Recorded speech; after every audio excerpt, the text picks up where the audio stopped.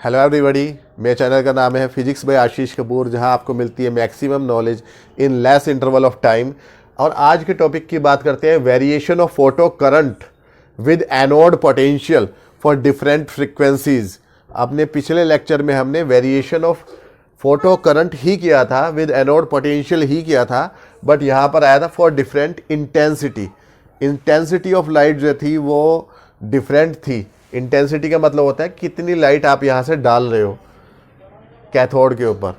कम light डालोगे कम electrons emit होंगे, कम photo current flow करेगा। ज़्यादा लाइट डालोगे ज़्यादा इलेक्ट्रॉन्स इमिट होंगे, ज़्यादा फोटो करंट फ्लो करेगा। और आज के टॉपिक की हम बात कर रहे हैं, इंटेंसिटी को चेंज नहीं कर रहे हैं, बल्कि हम यहाँ फ्रीक्वेंसी को चेंज कर रहे हैं। फ्रीक्वेंसी क्या होती है? न्यू जो है वो इस तरीके से बनता है वी की तरह, और ये फ्रीक्वेंसी को डिनोट करता है लाइट की। फ्रीक्वेंसी जो है वो इंक्रीज़ होती है, जैसे कि रेड से ज़्यादा फ्रीक्वेंसी किसकी होती है?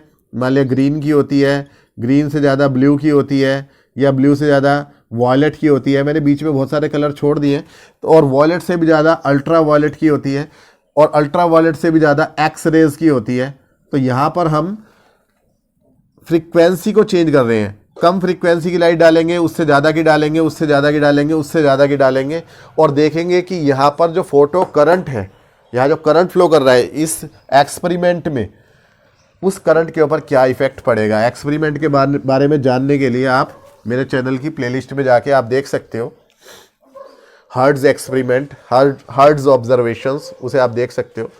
तो आज के टॉपिक की हम बात करते हैं। जैसे ही यहाँ से ऊपर से लाइट डाली जाती है मेटल के सरफेस के ऊपर, यहाँ से इलेक्ट्रॉन्स इमिट होने लगते हैं। जो इलेक्ट्रॉन्स इमिट होते हैं इनकी एनर्जी में डिफरेंस होता है, यानी कि कुछ इलेक्ट्रॉन्स तो कम एनर्जी के होते हैं और कुछ इलेक्ट्रॉन्स ज़्यादा एनर्जी के होते हैं। तो जो ज़्यादा एनर्जी के होते हैं और बिल्कुल सीधे जा रहे होते हैं, वो सामने वाले जो एनोड प्लेट है, एनोड प्लेट पॉजिटिव होती है, तो इसकी तरफ अट्रैक्ट होते हैं। पॉजिटिव जो है इन्हें अट्रैक्ट कर लेती है और यहाँ पे करंट फ्लो करने लगता है। अगर हम एनोड के पोटेंशियल को इंक्रीज कर दें, एक्स एक्सिस पे हम ले रहे हैं एनोड पोटेंशियल, और वाई एक्सिस पे हम ले रहे हैं फोटो करंट। तो मान लिया एनोड का पोटेंशियल आप शुरू में 0 ले लो। जब 0 एनोड पोटेंशियल है, फिर भी कुछ इलेक्ट्रॉन्स जो है इस प्लेट तक पहुंच रहे हैं, तो कुछ करंट फ्लो कर रहा है, और वो करंट है यहां से लेकर यहां तक का। ये करंट फ्लो कर रहा है इतना, यहां से लेकर यहां तक का। अब आपने एनोड के पोटेंशियल को थोड़ा इंक्रीज किया, बढ़ाया, इसकी वोल्टेज को आपने बढ़ाया, तो और ज़्यादा इलेक्ट्रॉन्स यहाँ से, भाई कुछ इलेक्ट्रॉन इधर उधर जा रहे थे जो इस वैक्यूम ट्यूब से एब्जॉर्ब हो रहे थे, इसके सरफेस पे यहाँ पहुँच रहे थे, जो इधर उधर पहुँच रहे थे उन पे भी ज़्यादा फोर्स लगेगा, और वो ज़्यादा अट्रैक्शन की वजह से कहाँ पहुँचने लगेंगे? एनोड पे पहुँचने लगेंगे।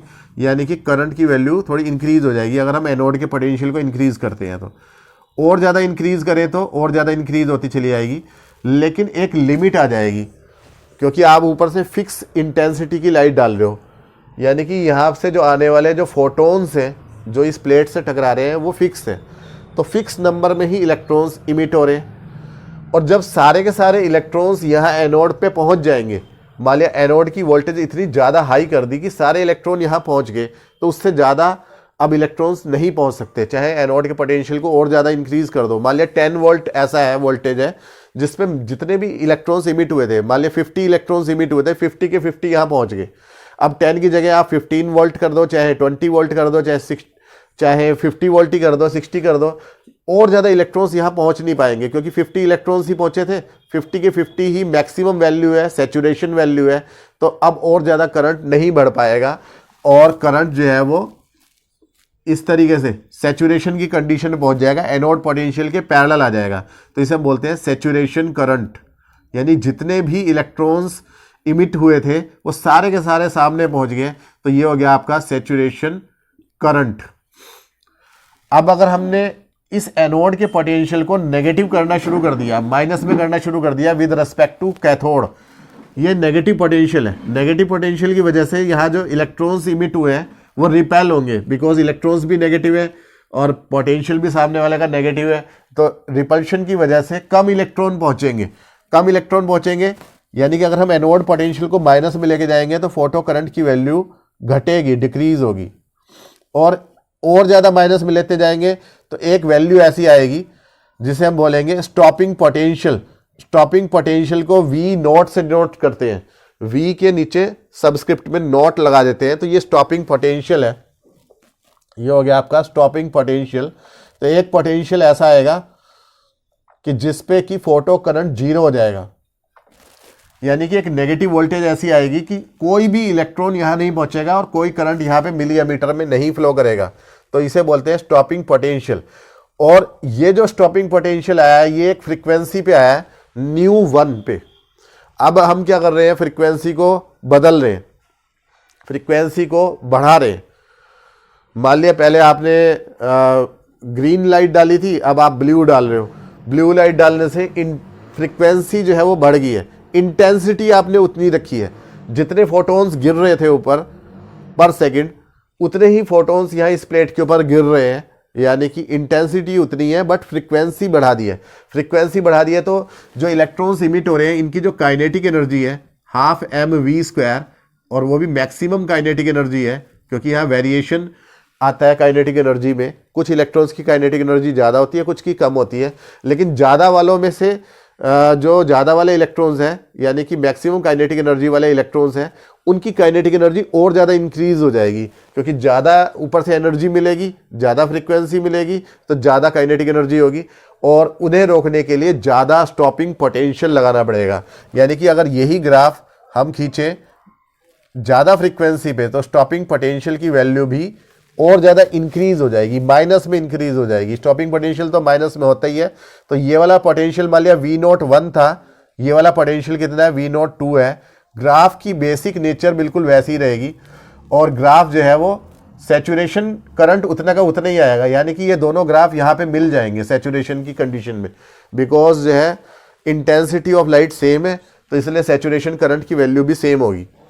तो V02 आ गया।